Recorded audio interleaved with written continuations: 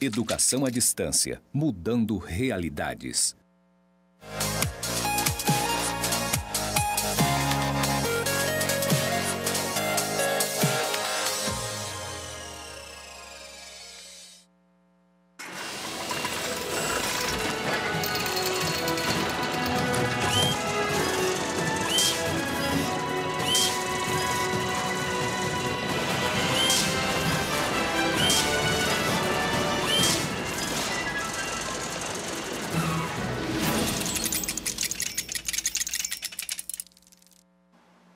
Olá pessoal, tudo bem com vocês?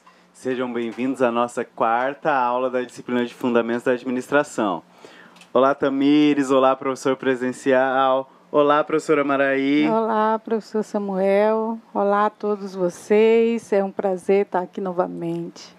É isso mesmo, então nós estamos na nossa quarta aula da disciplina de Fundamentos da Administração e a gente tem alguns conteúdos para a gente contemplar ainda na disciplina de Fundamentos da Administração. Mas só para a gente recapitular um pouquinho aí, na primeira aula foi uma aula mais histórica das teorias da administração, também olhando a relação da Revolução Industrial com as teorias da administração. Na nossa segunda aula, a gente já fez uma questão mais voltada para a iniciativa privada, questão de o que é uma empresa, o que é uma organização, as formas de organização, as formas de organizar essa organização através do organograma, através da divisão por departamentos da organização. E na aula passada a gente viu algumas questões principalmente voltadas ao planejamento estratégico da organização. Como a gente faz uma análise SWOT, o que ela representa para a organização dentro do planejamento estratégico e algumas formas da gente gerir essa empresa mais voltado para a parte estratégica. A aula de hoje nós vamos falar um pouquinho sobre centralização e descentralização. Vamos explicar o que é cada uma dessas questões. Vamos falar um pouco sobre as mudanças organizacionais e as suas relações dentro das organizações, das empresas.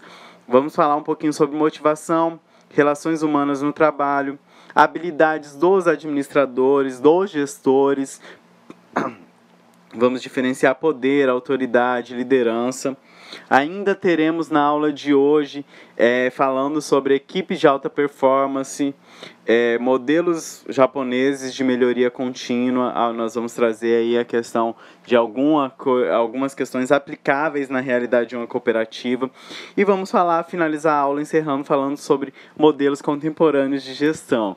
E você deve estar pensando, nossa, uau, quanta coisa nós vamos ter na aula de hoje.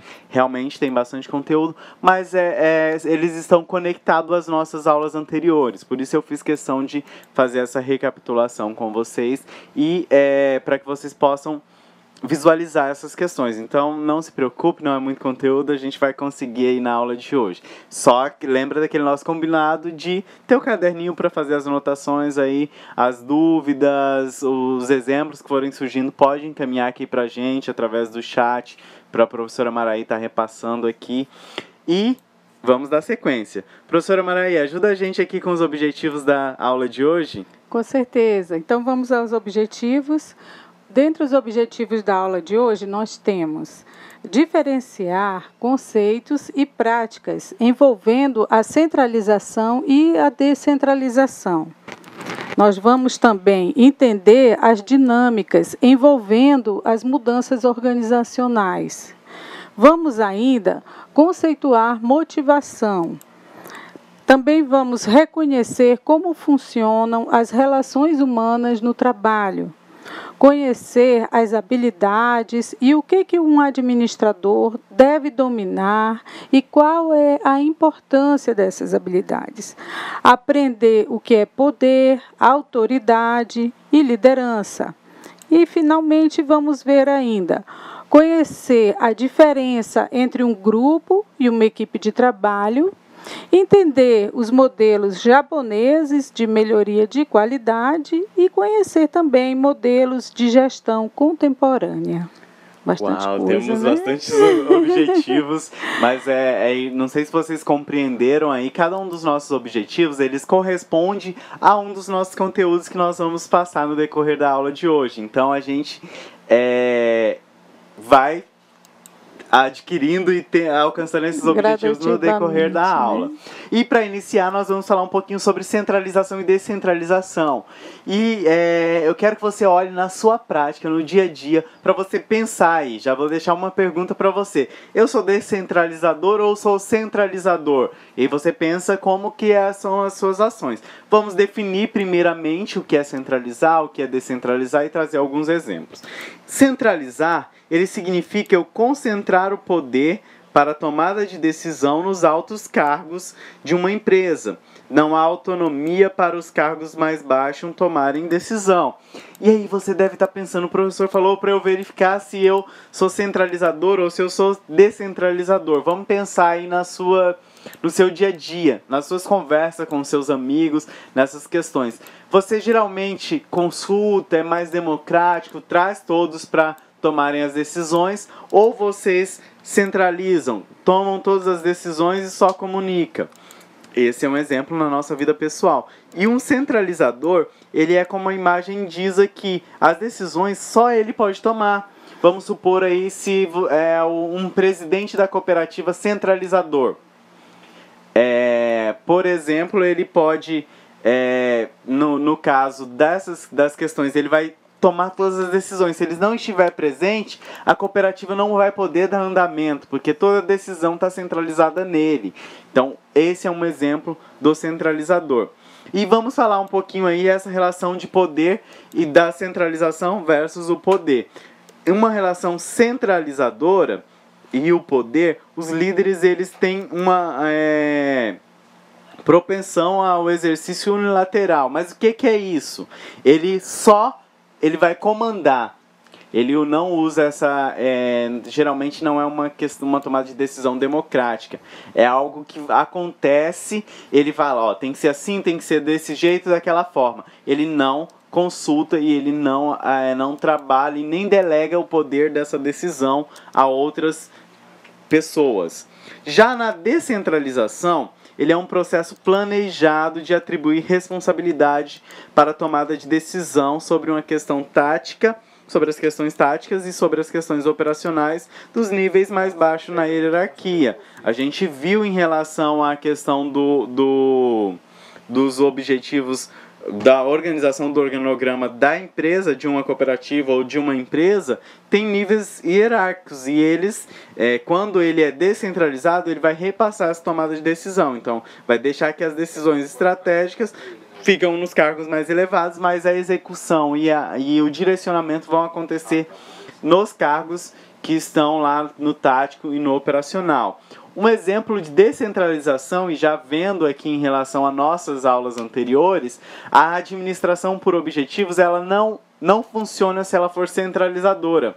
A administração por objetivos que nós vimos na aula 3, ela só funciona se a liderança for uma equipe descentralizada. Por quê? Vai delegar o poder de tomar decisões em outras situações. Um exemplo aqui para a gente visualizar, na descentralização, existem decisões tomadas de nível estratégico, existem decisões que são de níveis táticos e operacionais. Então, todos têm uma parcela de responsabilidade na tomada de decisão. Então, a gente precisa compreender e por que é importante você, enquanto um futuro técnico em cooperativismo, entender essa questão da centralização e da descentralização. Porque numa cooperativa nós trabalhamos com ajuda mútua, cooperando mesmo uns com os outros. Então não funciona uma cooperativa centralizadora, e sim uma cooperativa descentralizada, porque as decisões são participativas. Vamos assistir um videozinho para entender melhor essa questão de centralização e descentralização.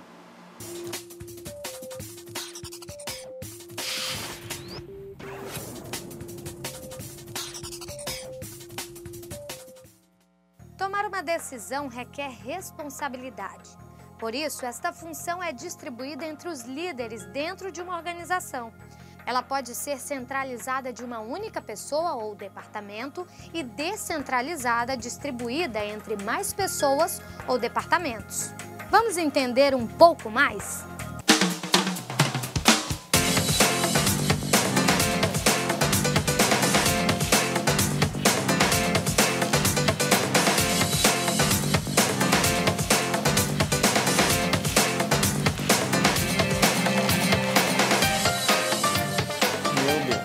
É muita coisa. Mas fazer o quê, né? Vamos lá.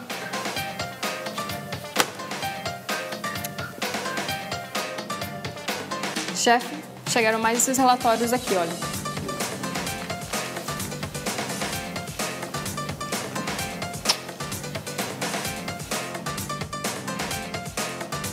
Chefe, esses são os gêneros. Por favor, assine e despache, tá? Outra coisa, o senhor já assinou aqueles de ontem, né? Oi, chefe. Já que só o senhor pode enviar as planilhas para o financeiro, elas estão aqui. Licença.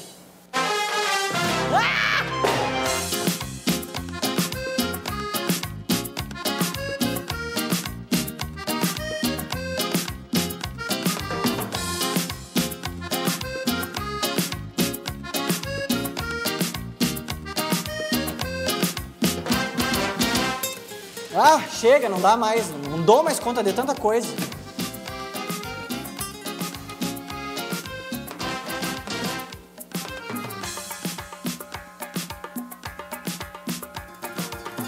Bom, pessoal, é o seguinte.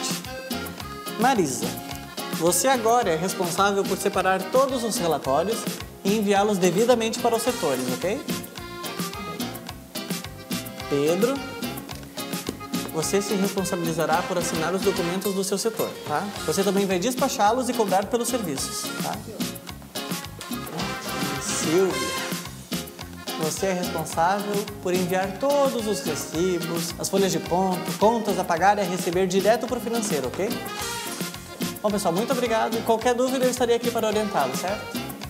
Obrigado.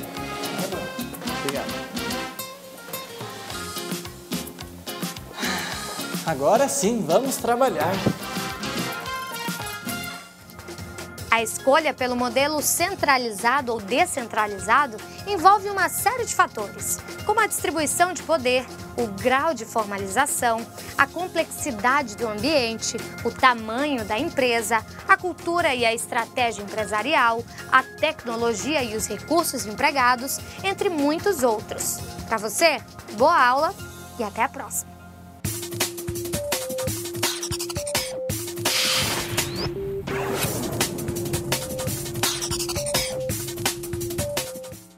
Então aí a gente teve a oportunidade de visualizar uma questão de uma experiência centralizadora, e não sei se vocês perceberam lá, mas fica bem visível que geralmente os chefes são centralizadores e os líderes eles já tomam uma posição mais democrática, ele delega responsabilidades aos demais colaboradores. E um dos grandes problemas da centralização é o acúmulo de serviço, porque só uma pessoa pode assinar, pode carimbar, pode encaminhar, pode deliberar em relação a um determinado serviço. E já na descentralização nós temos essa participação colaborativa nas responsabilidades. É importante a gente entender aí, e aí fica a critério de cada líder, de cada pessoa, escolher um modelo centralizador ou um modelo descentralizador de gerir as suas equipes. Falamos aí essa diferenciação, definimos e diferenciamos centralização e descentralização. Nós vamos falar um pouquinho sobre mudança organizacional, porque ela interfere. Se você olhar lá no vídeo, houve uma mudança organizacional. Primeiro tinha uma posição de chefe, o chefe lá, e aí ele acumulava tudo para ele, toda a tomada de decisão. Mas houve na reunião lá que ele foi definindo e articulando juntamente com a equipe essas delegações de responsabilidades, uma mudança organizacional. E nós vamos falar um pouquinho o que é a mudança organizacional e os impactos dentro da organização. Vamos aqui para a definição. Chiavenato ele traz aqui para a gente que a palavra mudança ela significa ruptura, uma interrupção, uma variação, uma transformação e ele traz aqui também até uma perturbação. Por quê? A mudança, ela geralmente trata-se dentro de uma organização de algo que vai modificar a estrutura que está, aquele costume que já está tendo no dia a dia. Então é importante entender que ele vai provocar um desconforto inicial, mas não quer dizer que seja um desconforto que vai prejudicar, mas um desconforto que pode colaborar positivamente para a organização. Então, assim, as mudanças, e hoje nós vivemos num ambiente, no mundo que vive em constante mudança, nós, enquanto pessoas, nós precisamos nos adaptar às mudanças. E as organizações, muito mais. Vamos pensar aí, um exemplo claro, é na parte de tecnologia da informação.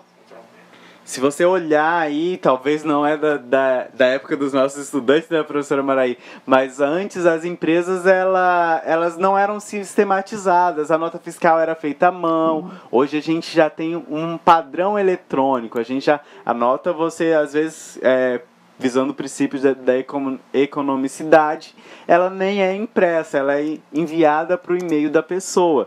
Então as mudanças, elas acontecem também na parte do macro e do microambiente e vai influenciar diretamente dentro da organização. Lembrando que nós já vimos na aula anterior essa diferenciação do macro, do micro e do ambiente interno da organização. Então a mudança organizacional acontece em um ambiente que nós estamos inseridos de mudança constante. Nós precisamos entender uma organização, a minha cooperativa ou a minha empresa, que ela precisa desenvolver essa capacidade de adaptação para ela melhorar cada dia. E existem dois tipos aí que a gente vai trabalhar um pouquinho na aula sobre a mudança planejada e a mudança não planejada. Vamos ver um pouquinho sobre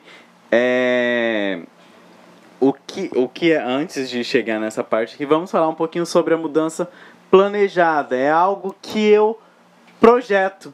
Vamos pensar aí na parte da estratégia. A organização, a cooperativa, ela pode montar o planejamento estratégico e ela está projetando a sua ideia, como ela quer chegar. Quando você descreve a sua visão de futuro, você está planejando o teu futuro, você está descrevendo como você quer estar daqui a um tempo. A mudança não planejada é aquela imposta. Por exemplo, uma mudança de uma lei. E aí vem a imposição de você alcançar, se adaptar a essa nova lei. E existem fatores que impulsionam a mudança nas organizações. Por exemplo, a imposição do mercado, que eu acabei de falar, né? Tanto que um exemplo é a lei, mas aqui a alteração no comportamento dos consumidores e do mercado. O que é isso? O consumidor, hoje nós, enquanto consumidores, nós estamos bem mais exigentes. Então, nós somos temos uma clientela que mudou esse comportamento. Ele pesquisa antes de chegar, ele vai verificando e a empresa ela precisa se adaptar a essa mudança para não perder o seu cliente. Outro fator que impulsiona mudança decorrente da legislação. O exemplo que eu falei da mudança da lei, ele se enquadra diretamente aqui nessa questão. Houve alteração da lei e vai provocar essa mudança para a empresa se adaptar às novas normativas, às novas leis. Outro fator, inovação tecnológica. O exemplo que eu dei também em relação à inovação tecnológica, houve uma transformação ou um surgimento de novas tecnologias que pode provocar essas mudanças e a empresa ela precisa buscar essa adaptação. Temos ainda também alteração no organograma da empresa. Decidiu e entendeu que essa mudança ela pode ocorrer decorrente do crescimento. Era uma empresa pequena e aí está atendendo uma demanda maior e ela vai ter um crescimento, vai ter novos cargos e uma nova configuração nesse organograma da empresa. Pode ocorrer também da diminuição. Era uma empresa grande, diminuiu o seu potencial. Outra mudança que pode ocorrer no organograma é uma alteração através da terceirização de algum serviço ou de etapas do processo produtivo. Então, tem diversas questões que podem mudar o organograma. A mudança, vamos pensar aí na cooperativa, na realidade da cooperativa. Essa mudança do organograma, ela pode acontecer conforme há uma nova eleição, mudou a presidência, pode mudou o cargo da diretoria executiva da cooperativa, ela pode readequar suas ações e essa mudança vai impactar. Pode ser uma mudança. A organização, se ela estiver adaptada para a mudança, ela vai sentir um impacto menor. Mas, se ela não estiver preparada para essa mudança, pode ter alguns impactos em relação a essa alteração no organograma. Também pode ter essa mudança, um fator que pode impulsionar a mudança na organização é a busca pelo desenvolvimento sustentável, a adoção de novas práticas ou melhoria das práticas sustentáveis para manter os seus consumidores ou também atender às demandas da legislação. Hoje, se você for pensar numa produção, você tem que pensar essa produção de forma com a consciência sustentável. Você olhar para o tipo de produção que você vai ter, vamos pensar em uma produção na área da piscicultura. Você tem que verificar se não é essa, vamos fazer os tanques lá, os açudes, as represas para o cultivo dos peixes, se ele não vai influenciar na biodiversidade do local onde ele está inserido, se ele não vai prejudicar o meio ambiente. Então é muito importante essa ideia do desenvolvimento sustentável. Existem algumas questões também que vão impactar nas mudanças. Naturalmente, se a gente for olhar, não somos tão adeptos à mudança. Por exemplo, vamos supor que aconteceu alguma coisa com o professor Samuel e aí trocou o professor. Naturalmente, as pessoas podem gostar, por exemplo, né? Mas pode, eu gostava da forma com que o professor explicava. Naturalmente, nós temos essa dificuldade. Então, aqui nós temos, no geral, as pessoas e as organizações, elas são resistentes à mudança, pois elas acreditam que o modo com que estão fazendo é a coisa mais adequada, é a forma mais adequada. O simples fato de você mudar por uma nova rua ou por uma nova estrada que você vai para a escola, isso já, às vezes, as pessoas, não sei vocês, mas a maior parte das pessoas, elas vão para o trabalho, vão para as escolas pela mesma via, pela mesma rua. Talvez não tenha tantas opções, mas será que se a gente tivesse outras opções, a gente testaria? Naturalmente, nós já somos resistentes a essa mudança.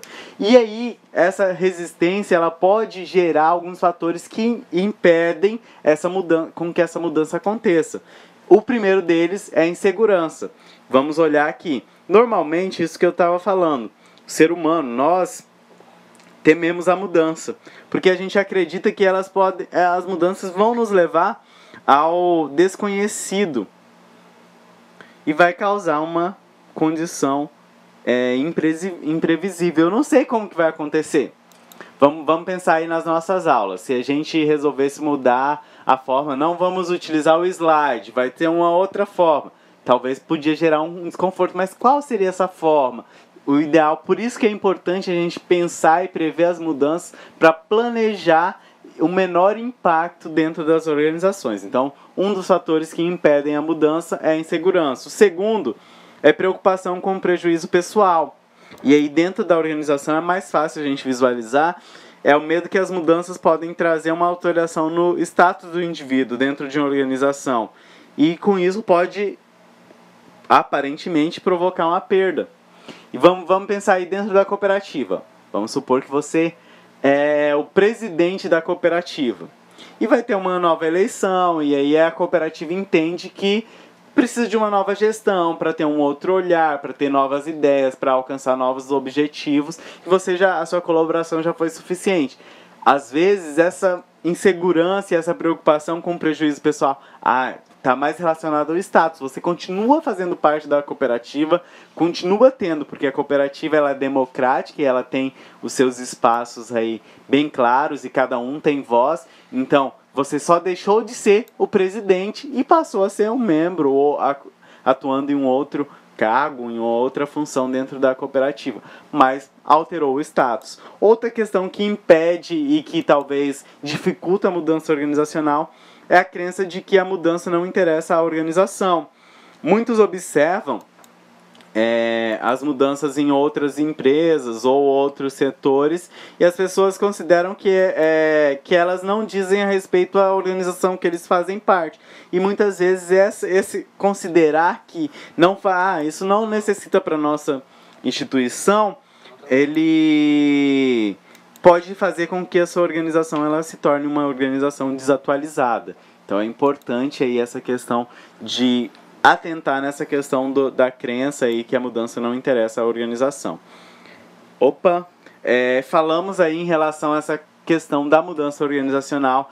Eu creio que nós esperamos aqui que vocês tenham entendido a importância. Nossa semana passada nós falamos da forma de gerir através da administração por objetivo ou das partes estratégicas, táticas e operacionais da organização, e eu preciso estar atento à mudança ou olhar para o futuro pensando nas possíveis mudanças. Finalizando essa questão das mudanças, nós vamos falar um pouquinho sobre a motivação e as relações humanas no trabalho.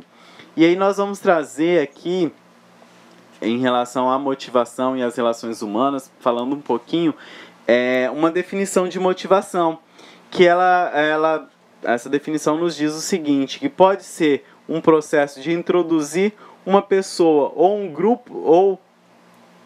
grupo de pessoas com cada qual eles têm as suas necessidades diferentes e personalidades distintas, e reunir esse grupo de pessoas, ou uma pessoa ou várias pessoas, um grupo de pessoas, fazer com que essa motivação gere neles uma vontade de atingir os objetivos da organização.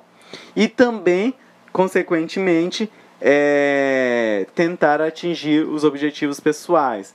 E aí quando a gente fala da motivação, da teoria da motivação, e aí gera algumas teorias, e está dentro lá da questão que nós vimos lá na nossa primeira aula das escolas das relações humanas, aí nós temos aí a questão da teoria das necessidades das relações humanas, que Maslow, um cientista da gestão, ele traz que cada um de nós temos motivações diferentes e isso interfere nas nossas relações do trabalho. E ele descreve a gente que nós temos aí a questão das necessidades fisiológicas, que vai desde a questão básica da respiração, comida, água, sono, todas essas questões fisiológicas. E aí depois, num outro patamar, nós temos as necessidades de segurança, que vai a segurança do corpo, segurança do emprego, segurança dos meus recursos. Logo depois, nós temos as necessidades sociais, que é a questão de se sentir amado, ter bons relacionamentos, ter amigos, ter uma família.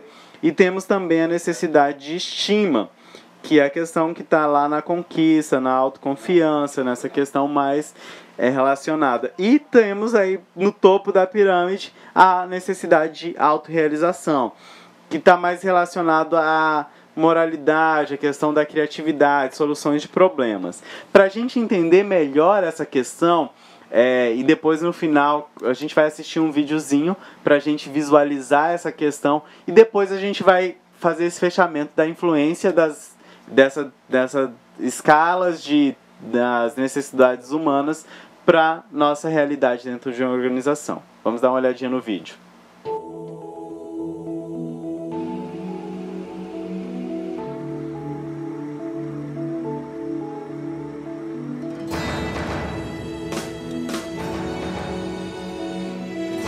O mercado está cada vez mais competitivo.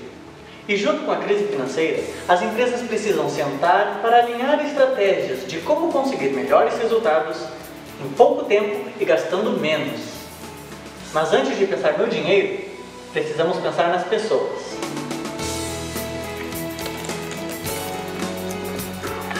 Então, o que você sugere para que a nossa empresa consiga driblar a crise? Economizar, cortar gastos. Talvez possamos pensar na possibilidade de reduzir o quadro de pessoal e, com certeza, reduzir as despesas.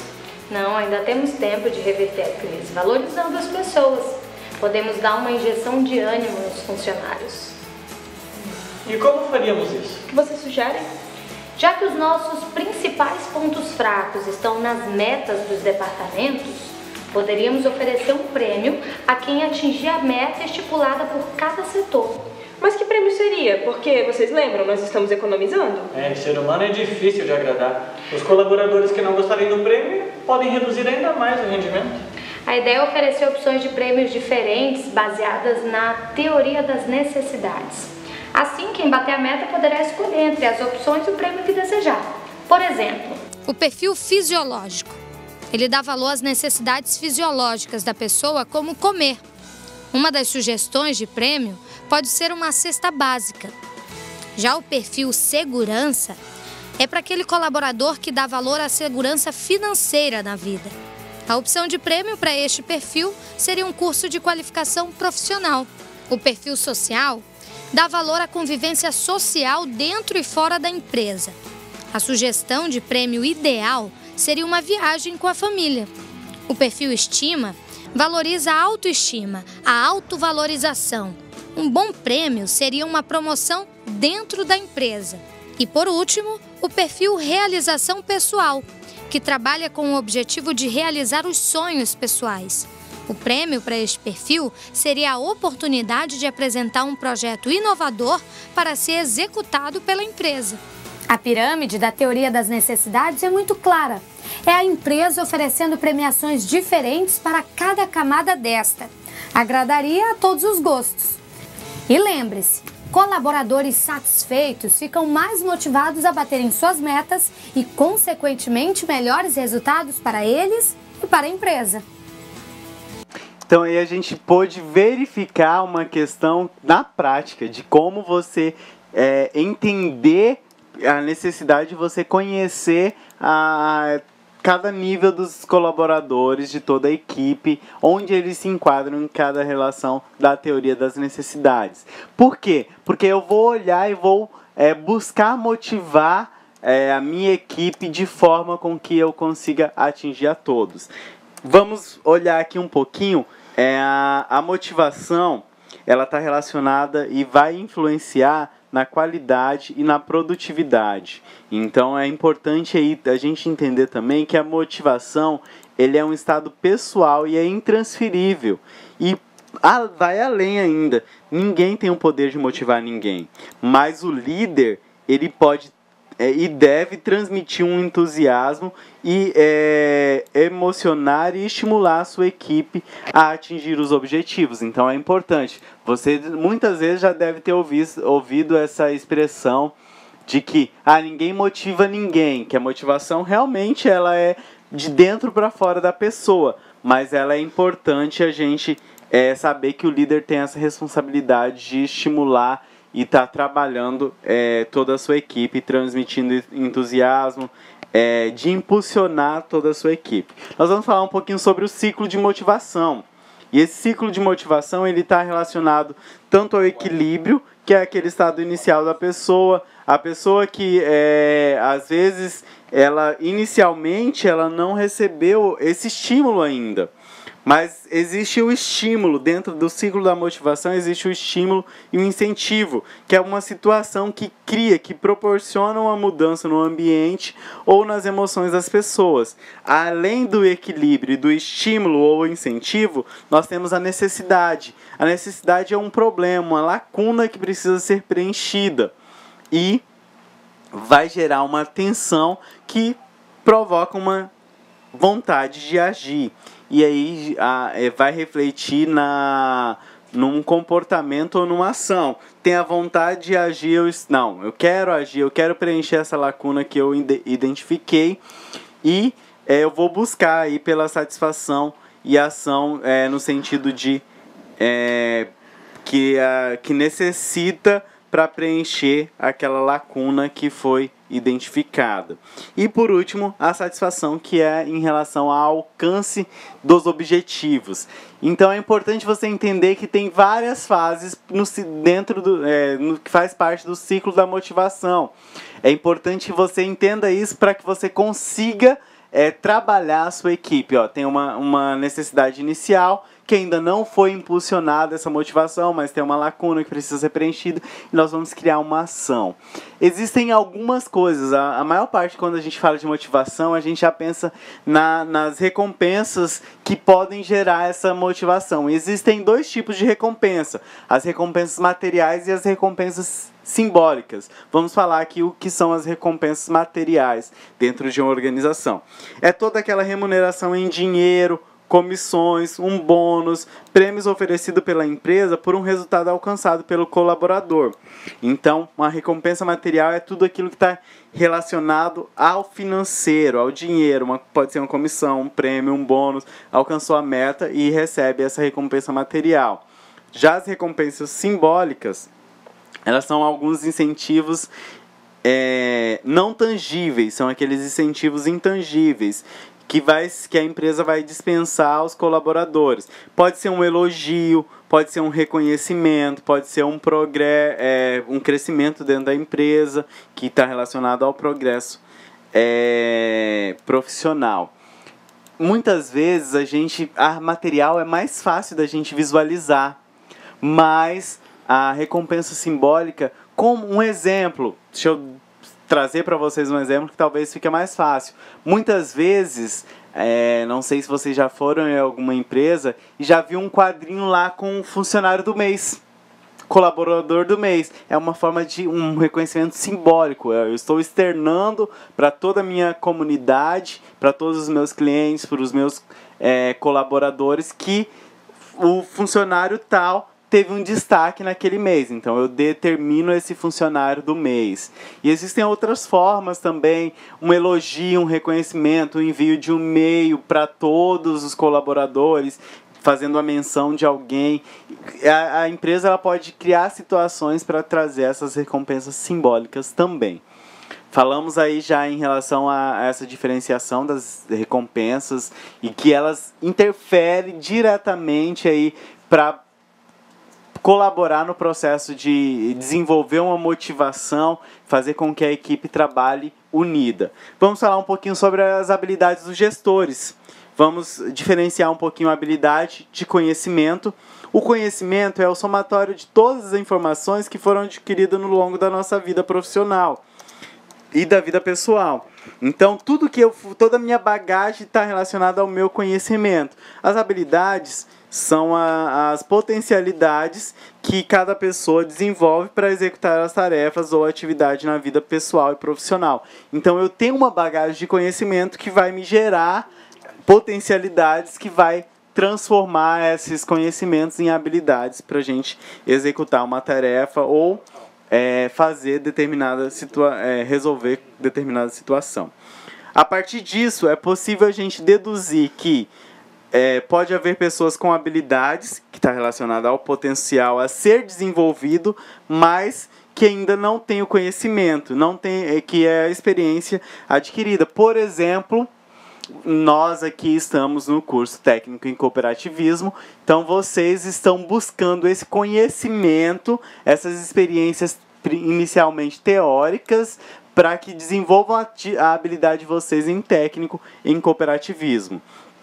E aí nós temos aqui uma definição que o autor nos traz, que as habilidades elas são divididas em habilidades técnicas, habilidades humanas e habilidades conceituais, e elas são exigidas de acordo com o nível que essas pessoas estão lotadas na organização. Está relacionado ao nível, aqueles níveis que a gente viu, o nível estratégico, que corresponde ao nível institucional, que pensa a organização como um todo, o nível intermediário, que é aquele mais tático, e o nível operacional é aquele mais que executa. Então, nós temos aí, se você olhar essa primeiro aí nas habilidades conceituais, são a maior parte das habilidades exigidas pela pessoa que tem as habilidades conceituais, são habilidades que estão relacionadas à parte estratégica, a sua maior parte. Já habilidade nível intermediário, todos os setores da organização ela precisa dessas habilidades para executar as suas tarefas. E já as habilidades operacionais, ela exige menos conhecimento, menos bagagem para se executar. Então, a sua maior parte está no nível operacional. Então, espero que vocês tenham conseguido entender aí essa diferenciação e o relacionamento das habilidades com os níveis de planejamento. O nível estratégico, eu tenho habilidades conceituais. No nível tático, eu tenho habilidades humanas, que está relacionada a todos os departamentos, todas as questões da organização. E no nível operacional, nós temos a questão das habilidades mais técnicas, mais operacionais mesmo da organização. E falando das habilidades técnicas aí, são atividades mais práticas e operacionais que os colaboradores vão desempenhar rotineiramente, sendo composta por poucas atividades administrativas. Já as habilidades humanas são habilidades ligadas ao relacionamento interpessoal no trabalho, por isso que todo mundo precisa desenvolver essas habilidades humanas, que está relacionado à comunicação, trabalho em equipe, a sinergia entre as pessoas, a conexão entre as pessoas, a motivação, o relacionamento entre as chefias e demais cargos da organização. E aí nós temos as habilidades conceituais, que são habilidades voltadas para a tomada de decisão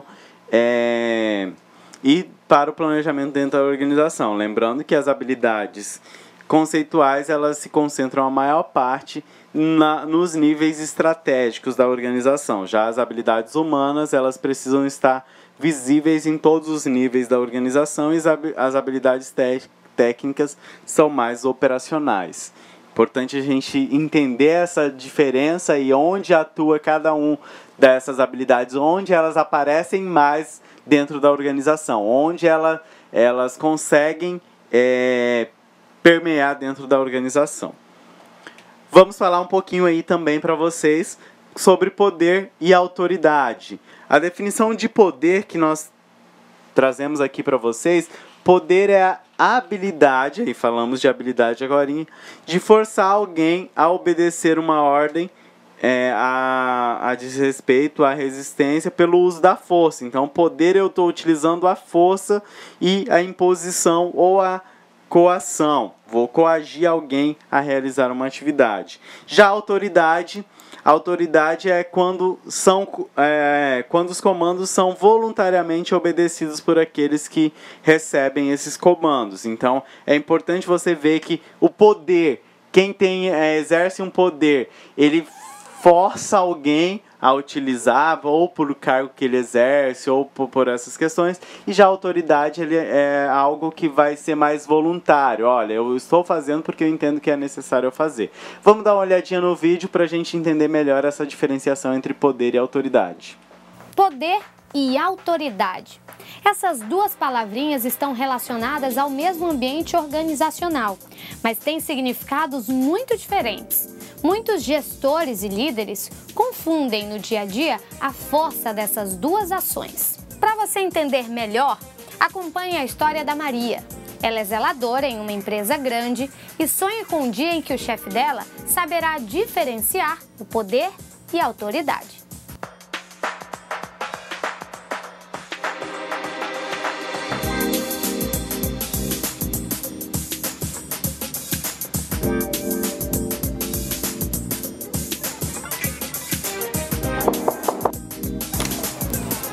Bom dia, chefe.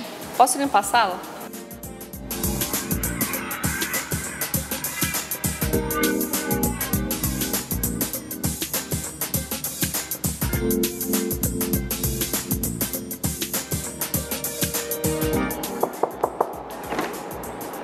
Bom dia, chefe. Eu posso limpar a sala? Claro que sim, Maria. Fique à vontade.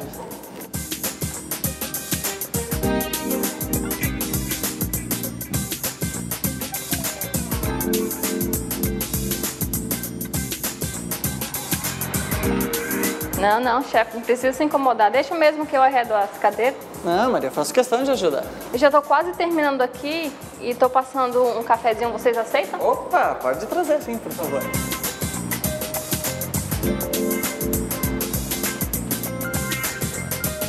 Olha o cafezinho. Tá quentinho. Ô, Maria, muito obrigado. Espero que vocês gostem. Obrigada, viu? Eu que agradeço. Tá quentinho mesmo.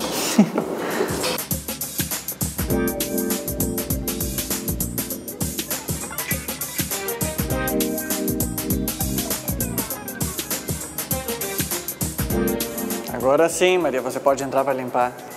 Vê se da próxima vez não atrapalha, ok? Ó, faça uma faxina geral, limpa tudo direitinho. Porque do jeito que tá, parece que essa sala não recebe uma limpeza há séculos.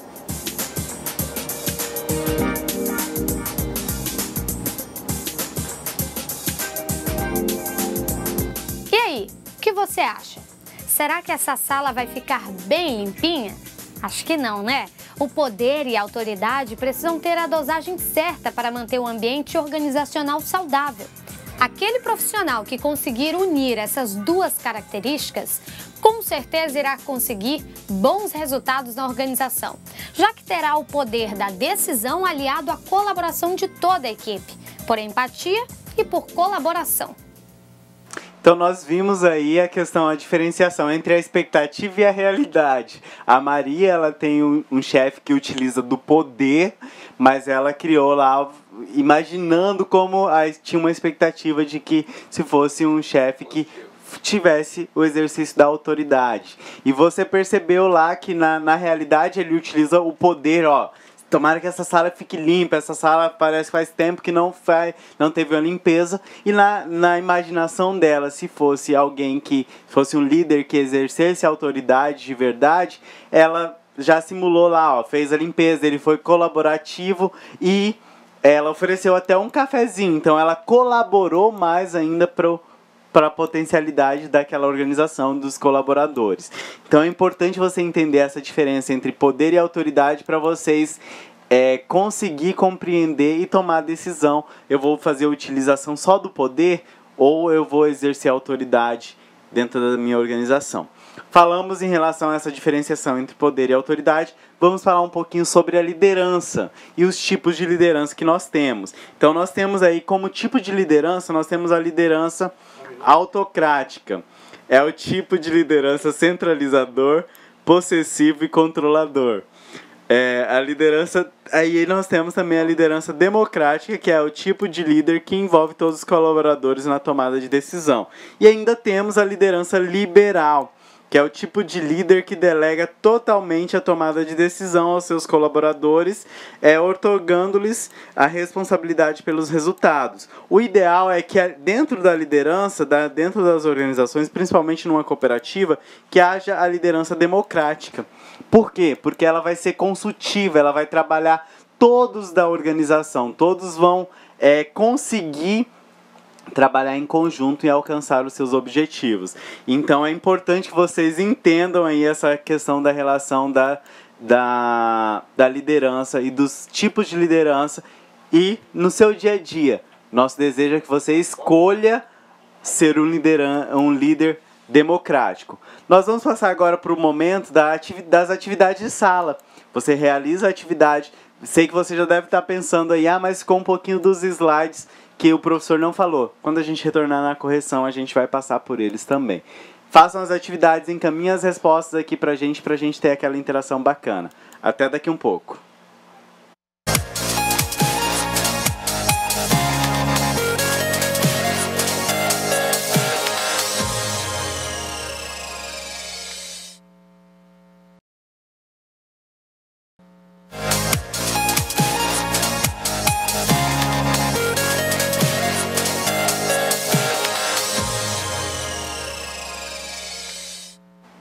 Estamos de volta. Espero que vocês tenham desenvolvido a atividade. É um pouquinho mais de atividade. Hoje a gente não vai utilizar o Kahoot também para dinamizar, mas nós queremos essa dinâmica aí de vocês participando com a gente. Envie as respostas através do chat Zap, para a professora Maria estar trazendo aqui as respostas para a gente. Não é mesmo, professora? Verdade. A gente está com uma boa participação de alguns colegas daqui das escolas do município. Eles pediram até para a gente dar um alôzinho, professor. Posso dar um alôzinho? Pode sim. Então, o professor os alunos da Escola Justino em Montenegro, com a professora Zílpora, os alunos de extensão da terceira linha de Ribeirão Casimiro de Abreu, a professora Ana Paula Souto, de Primavera, São Francisco, o Sérgio Luciano, professor Sérgio Luciano, da Escola Fernando Sabino, em Alta Floresta, professora Fátima, da Escola Francisca Matendal, em Vilhena, né?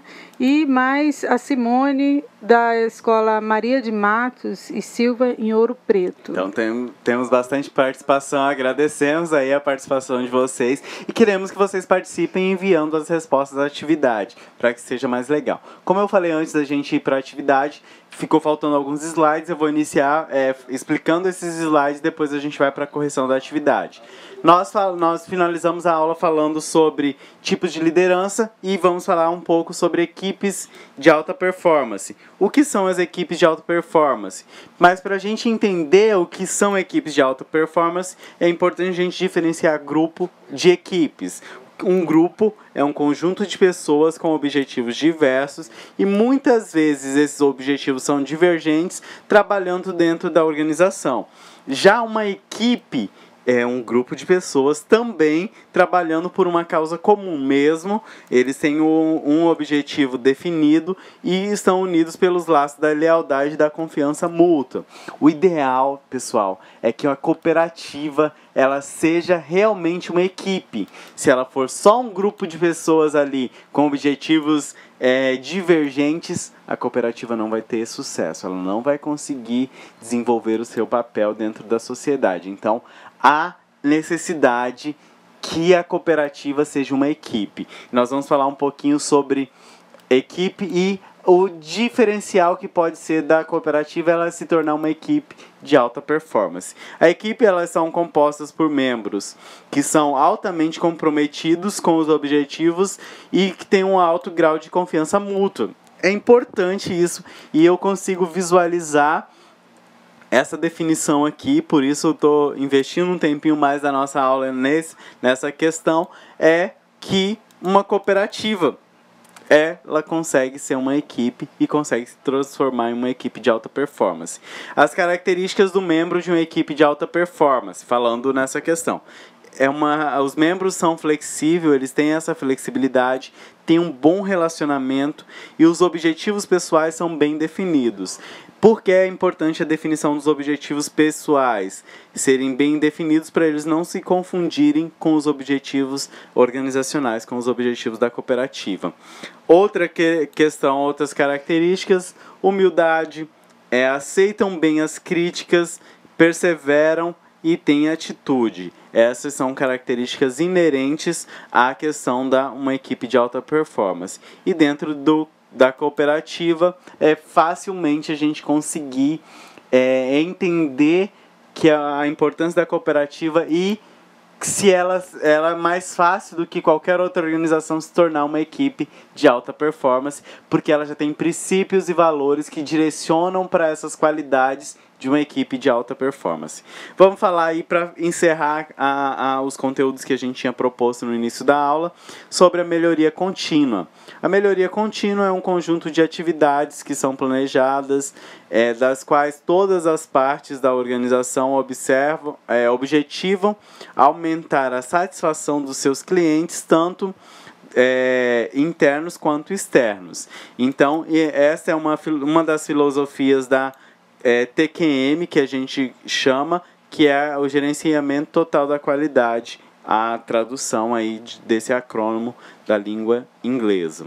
E aí nós trazemos como exemplo de melhoria contínua o ciclo PDCA, que ele está relacionado ao planejamento, que é o plan, estudar os processos e planejar o aprimoramento desse projeto, o do, que é implementar a mudança, o check é você observar esses efeitos e a ação, que é você estudar os resultados e já promover essas mudanças. Então, Falei que era o último, mas a gente tinha o finalzinho aqui falando sobre a gestão contemporânea. A gestão contemporânea, ela busca algumas responsabilidades baseadas na ética e na responsabilidade social, que são responsabilidades econômicas, você ser lucrativamente mais... gerar riqueza não só para a organização, mas para os empregados. Isso na cooperativa a gente nem utiliza essa nomenclatura lucrativa, que são as sobras. São questões, são gestões éticas que ela não busca lesar ninguém voluntariamente, ela preza pela integridade de todos os envolvidos com a organização, e a cooperativa se aplica bastante nessa questão. São empresas legais que ela pagam todos os seus impostos em dia, e é por meio deles que ela entende que o governo proporciona o bem-estar para a sociedade através das políticas públicas. E existem também as filantrópicas, que são projetos sociais bancados pela organização, que se a gente for olhar lá na nossa primeira aula, que essas organizações elas são a sociedade civil, que ela se organiza, que podem ser usadas para criar uma ponte entre a sociedade, a necessidade da sociedade, e propor esse intermédio aí, intermediar essa necessidade com a operacionalização de um serviço que a sociedade precisa. Então, essas questões nós trabalhamos aí durante a aula, fechamos aí todos os conteúdos que nós tínhamos proposto, e nós vamos partir para a atividade de sala. São 7 questõezinhas aí. Já vamos iniciar para a primeira questão. E é importante que vocês enviem as respostas aí pra gente. Se daqui um pouquinho eu já vou perguntar para a professora Maraí se nós já temos participação. Mas eu vou fazer a leitura primeiro da questão 1. A questão 1, ela diz o seguinte: na Bíblia, lá no livro de Êxodo, no capítulo 18, no versículo 21, há a seguinte mensagem: além disto, procurará dentre todo o povo homens de capacidade, temente a Deus, homens verazes, que aborreçam a avareza, e porás sobre eles por chefes de 1000, chefes de 100, e chefes de 50, e chefes de 10. Então nós temos aí essa frase. E aí nós propomos a seguinte questão para vocês. Diante dessa mensagem, é para você comentar, segundo a disciplina, segundo o conteúdo que nós estudamos na disciplina de Fundamentos da Administração hoje, na aula de hoje, qual a relação desse texto com o tema centralização e descentralização. Professora, tivemos alguma participação aí nessa questão 1? Temos sim. A aluna Débora Cristina, da Escola Jorge Teixeira de Oliveira, respondeu tudo. Opa, muito bem aí. Mandou tudo aqui pra gente. Parabéns, agradecer a aluna. O professor Justino Ferreira também mandou respostas pra gente. Que mais? Eu estou aqui também com a professora Márcia Simões, da Escola Dona Benta, de Paraná. Então, estamos tendo bastante participação aí com as respostas. Eu vou trazer aqui uma das respostas que a gente propôs, lembrando aquela questão que nós já conversamos nas aulas anteriores. Nós trazemos uma resposta bem ampla, tentando abranger o máximo de coisas que podem surgir aí dentro das escolas. Não necessariamente, se a sua resposta não foi igual a essa, não quer dizer que você está errado. Nós queremos que as respostas sejam feitas aí nas suas palavras mesmo, no teu entendimento. Então nós não sei quantos de vocês já tem essa questão do entendimento, conhece essa história, mas aí a gente faz utilizando aí todo o contexto que eles estão inseridos. Então, no início da administração lá de Moisés, ele centralizava tudo, toda a decisão. Porém, aconteceu que esse versículo que nós trouxemos aqui no fragmento na questão, porém o seu sogro, Jetro, ensinou ele a descentralizar. Se você for olhar lá, é uma instrução, vou ler novamente aqui para vocês. O versículo ele diz o seguinte: além disso, procurará dentro todo o povo homens de capacidade, tinham pré-requisito lá, precisava ser, não era qualquer um, homens temente a Deus, outro pré-requisito lá, homens verazes e que aborreçam a avareza, que não iam tomar proveito dessa questão, e porá sobre eles, alguns seriam chefes de 1000, outros seriam chefes de 100, outros chefes de 50 e alguns outros chefes de 10. Então aí, voltando aqui na nossa resposta, quando Moisés ele centralizava as questões, era muito cansativo. Imagina para você ele ter que tomar as decisões de toda aquela multidão. Então as decisões e também as decisões demoravam a ser tomadas, pois várias pessoas vinham consultando. Apenas uma era algo que demandava muito tempo para ele gerar essas respostas e dar essa devolutiva às pessoas. E a gente, imaginando aqui, criava uma fila imensa, uma fila de espera, de aguardar essa questão das tomadas de decisões. Já o sogro de Moisés, Jetro, ele orienta aí a ele a recrutar pessoas que têm um perfil de acordo com os princípios científicos daquela época, com aqueles princípios que eles já tinham, que o próprio versículo que a gente utilizou cita, para trazer essa agilidade na tomada de decisão. Então, se você olhar aqui, só nessa questão, a orientação era, Moisés era centralizador.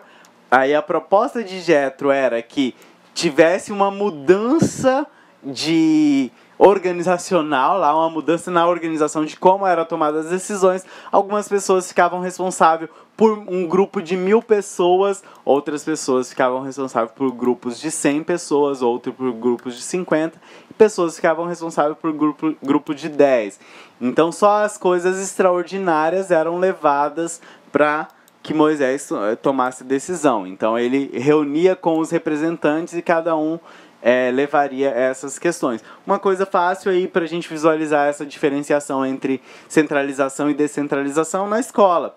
Muitas vezes tem várias turmas e aí é escolhido, elegido aí um líder da turma, aquele que vai representar a turma em algumas decisões, e ele vai participar de algumas reuniões, até porque às vezes a escola não tem uma estrutura física que comporta todas as turmas, mas tem um representante de cada turma para conversar com a direção, para conversar com a supervisão, com a orientação, essas questões com os professores, e aí tem uma representatividade. E aí é descentralizado essas decisões e as informações, cada um que participa da reunião na escola, ele tem o dever e a missão de replicar isso para a sua turma posteriormente. Então, creio que com essa questão a gente conseguiu compreender bem essa definição aí de o que é centralização e descentralização, quais são as possibilidades dentro de uma organização. Vamos lá para a questão número 2. Nós trazemos aí agora as definições. A primeira é um exemplo prático, é uma pergunta: o que é centralizar? Vamos dar uma olhadinha aí. Professora, tivemos alguma resposta que a senhora gostaria de compartilhar aí sobre a questão 2? Da centralização. Só um pouquinho, professor, porque passa um pouco tá rápido. Eu vou precisar ampliar aqui.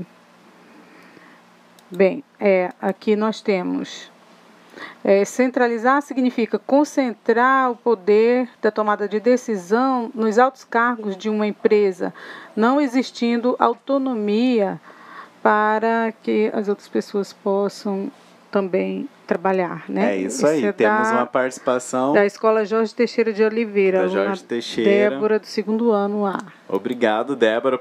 A Débora foi a que enviou de todas as respostas, já de todas as perguntas, né? É verdade. Então, aí ela trouxe essa questão. Quando eu estou centralizando o poder de tomada de decisão realmente nos altos cargos de uma empresa, não existindo autonomia para os demais cargos, para os cargos mais baixos tomarem essa decisão nem tática nem operacional.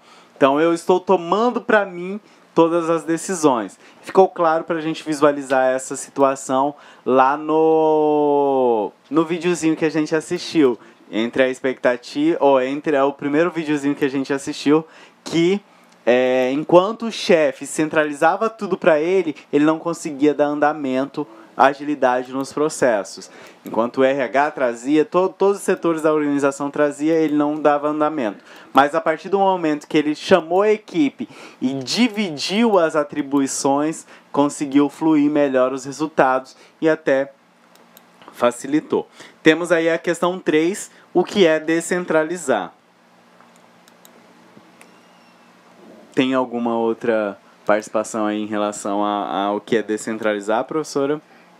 Eu não estou conseguindo ler porque a imagem veio, né? Assim. Eu estou tentando baixar para ver se a gente consegue. Então, enquanto a professora operacionaliza ali para as outras questões, é porque quando envia a imagem é bom que a gente visualiza essas questões que vocês fizeram mesmo, mas às vezes, por causa da resolução, a gente não consegue visualizar e compreender para relatar aqui as respostas.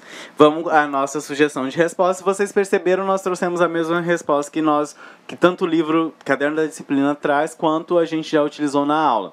Descentralizar é um processo que o ideal é que ele seja planejado, que ele vai atribuir responsabilidades pela tomada de decisões sobre questões táticas e operacionais para os níveis mais baixos da hierarquia da organização, deixando com que os cargos mais elevados eles se preocupem mais, ocupem mais o seu tempo com as questões estratégicas para o negócio.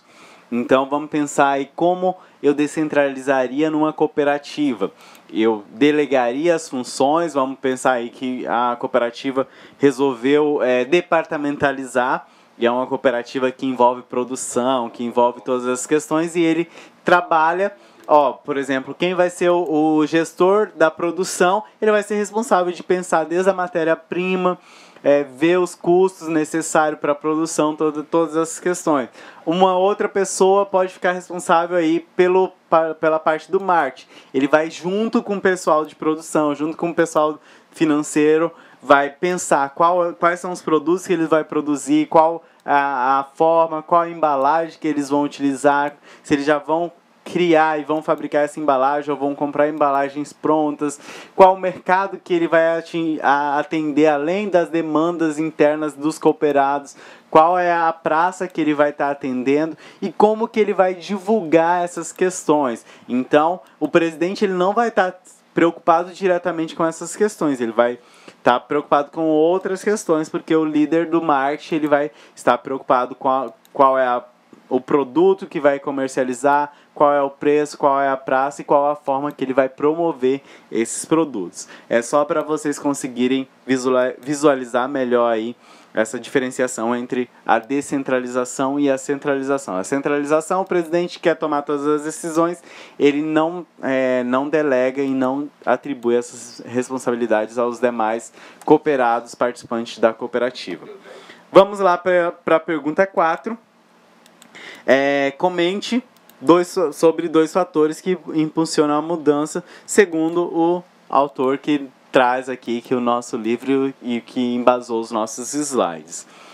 E aí nós trouxemos aí os fatores que impulsionam a mudança, alguns para a gente visualizar aí, nós trouxemos todos, mas a pergunta pedia só 2 aí. O primeiro que a gente trouxe aqui na sala de aula, que é a imposição do mercado, que esse é um dos principais fatores que influenciam a empresa e a razão pela criação da empresa. Então, o mercado diz que há uma necessidade, vamos supor, no mesmo exemplo da piscicultura que eu já usei na aula de hoje, diz que há necessidade de um determinado raça de peixe, uma determinada espécie de peixe, e o mercado, um dos peixes que a gente produz bastante aqui no nosso estado é o tambaqui. Então, o mercado ele nos diz, ele impõe que tem uma aceitação para o tambaqui. Então, uma das possíveis espécies que se for uma cooperativa da piscicultura, que vai produzir o tambaqui. Outro que está em ascensão tanto no estado quanto no nosso país é o pirarucu, que é um peixe mais da região amazônica, mas que ele também dá para criar em cativeiro e ele tem uma boa aceitação no mercado, tanto regional quanto no mercado nacional. E aí é um exemplo de imposição de mercado. Outra questão que pode impulsionar a mudança são as modificações decorrentes da legislação, que eles vão influenciar, que muitas vezes os órgãos governamentais vão criar novas restrições ou normas, no mesmo exemplo que eu usei de imposição do mercado, o governo pode criar novas regras ou ampliar os benefícios já existentes sobre a produção de peixe. E aí a cooperativa ela vai se organizar em relação a vai operacionalizar essa mudança dentro da cooperativa. Outro exemplo, nós pedimos 2, mas eu trouxe todos porque vocês poderiam escolher alguns que vocês julgassem aí para dentro da seleção. Então, as inovações tecnológicas. E elas influenciam muito nas mudanças, porque geralmente ela vai agir diretamente no processo, desde a fabricação até no processo de tomada de decisão. Hoje a gente utiliza muito para comunicação institucional as tecnologias da informação. Um exemplo, nós aqui no Instituto Federal, a gente utiliza muito o correio digital, os e-mails, por exemplo, o material. Como que o material chega até o professor presencial? Passa por todo um processo de revisão, que inclui o professor, a coordenação de curso, inclui a supervisão pedagógica, inclui o departamento de educação à distância. Depois que passou por todo esse processo, é encaminhado para as regionais que eles vão fazer a distribuição aí para vocês. Então, utilização das tecnologias da informação para o nosso favor. Uma outra questão hoje vocês estão cursando o ensino médio através da mediação tecnológica, que está utilizando, diferente de muitos colegas de vocês que estão estudando o ensino médio de forma tradicional. E vocês estão tendo a oportunidade também de, ao mesmo tempo, concomitantemente, fazer o ensino médio, vocês estão fazendo um curso técnico, que vocês já vão sair com a habilitação técnica, como técnicos em cooperativismo, daqui a um tempo. Então, são inovações tecnológicas que contribuem para a mudança. E eu garanto que alguns de vocês, quando falaram, eu vou começar o ensino médio em relação com a inovação tecnológica, será que vai ser legal? Será que não vai ser legal? E agora vocês já se adaptaram a essa questão. Outro fator que impulsiona a mudança, que a gente citou na aula de hoje, é a alteração no organograma da empresa, que pode ser relacionado à expansão da empresa ou fatores mercadológicos favoráveis, criando novos cargos em relação, e também vai estar ligado diretamente com as relações interpessoais. E um último fator que a gente utilizou nas aulas de hoje é o desenvolvimento sustentável, que decorre também de uma responsabilidade social da empresa, visando garantir um futuro melhor para as nossas gerações, conservando o meio ambiente. Então é importante. E é importante a gente lembrar também que quando a gente fala de meio ambiente, não corresponde só às questões naturais, às matas, às questões. Nós estamos inseridos em um ambiente e a gente precisa preservá-lo da melhor forma onde nós estamos, para que as nossas futuras gerações possam utilizar também os recursos que nós temos hoje. Vamos lá para a pergunta número 5. Comente sobre o tema resistência à mudança. Será que quando a gente coloca essa pergunta é para você dar uma refletida aí? Será que eu sou resistente à mudança? Ou será que eu sou favorável à mudança? Como eu me comporto em relação à mudança? E aí nós trouxemos aqui também de uma maneira geral, que a gente até utilizou na aula, segundo pesquisas cientistas, a ciência ela diz que as pessoas são resistentes à mudança, pois elas acreditam que o que elas fazem é a forma correta. E muitas vezes essa mudança, resistência à mudança decorre do medo, da insegurança, do novo, que podem tornar as pessoas esse medo do novo torna as pessoas mais acomodadas e resistentes a mudar. Porque a maior parte quando a gente já faz alguma coisa, a gente já tem um domínio técnico dessas questões. E aí uma fase de mudança pode levar aí a necessidade de treinamento, de adaptação, que pode gerar uma tensão nervosa e pode gerar algo desconfortável aí para cada um de nós. E a nossa questão 6 em sua opinião, as recompensas materiais são motivacionais? Será que nós falamos na aula de hoje sobre as recompensas materiais e recompensas materiais e simbólicas? Eu ia repetindo, recompensas materiais e as recompensas simbólicas. E será que as recompensas materiais elas são motivacionais? Elas realmente motivam essas questões em relação às recompensas materiais? E aí, inicialmente, nós trazemos aqui uma questão, tanto dos autores do livro, quanto nós, quanto professores, concordamos com ela. Inicialmente, a gente pensa que a recompensa material ela é motivacional, mas a psicologia e outros ramos científicos, ela nos explica que trata-se de um incentivo, pois a duração da recompensa material ela é só temporária. Para ser um fator motivacional, ele precisa haver um período mais duradouro ou permanente no indivíduo. Por exemplo, vamos pensar aí num bônus. Você trabalha lá e se alcançou uma meta X, você vai ter esse bônus.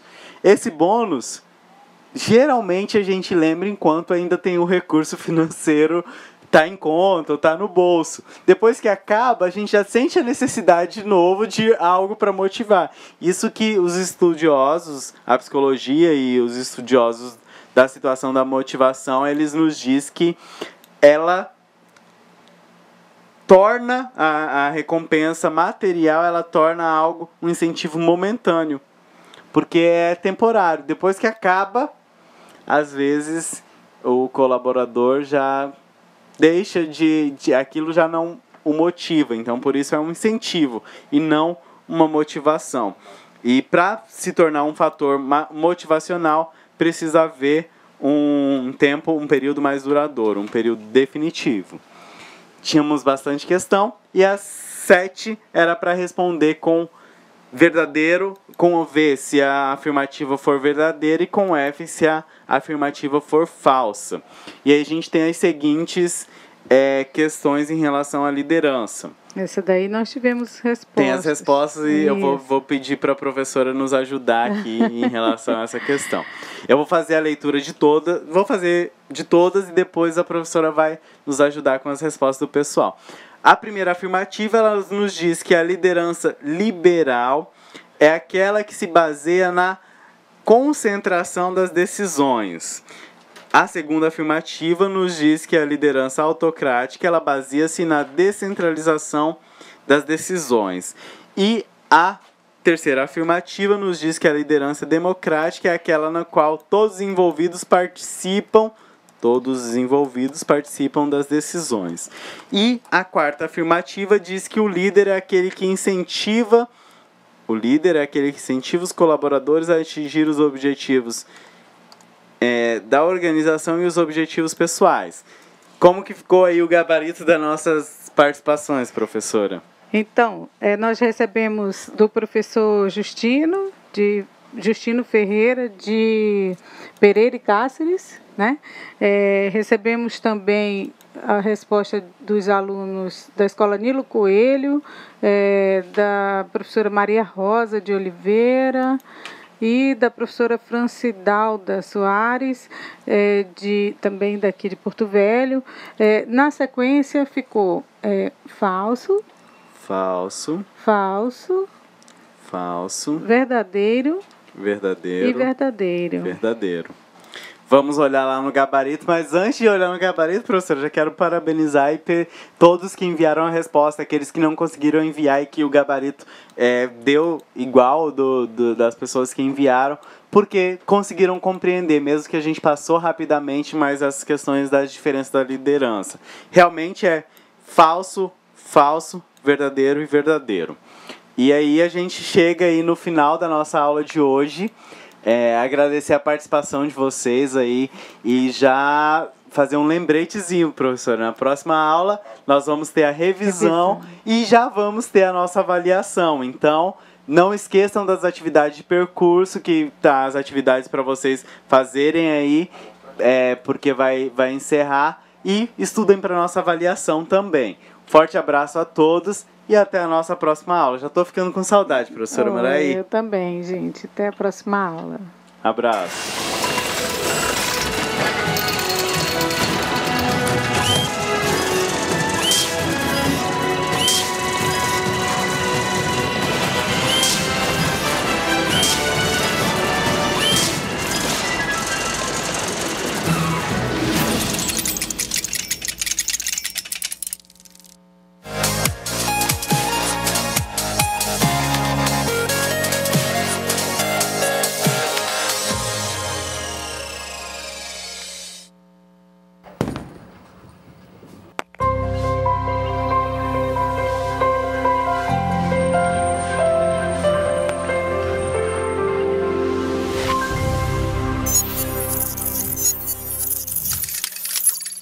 Educação à distância, mudando realidades.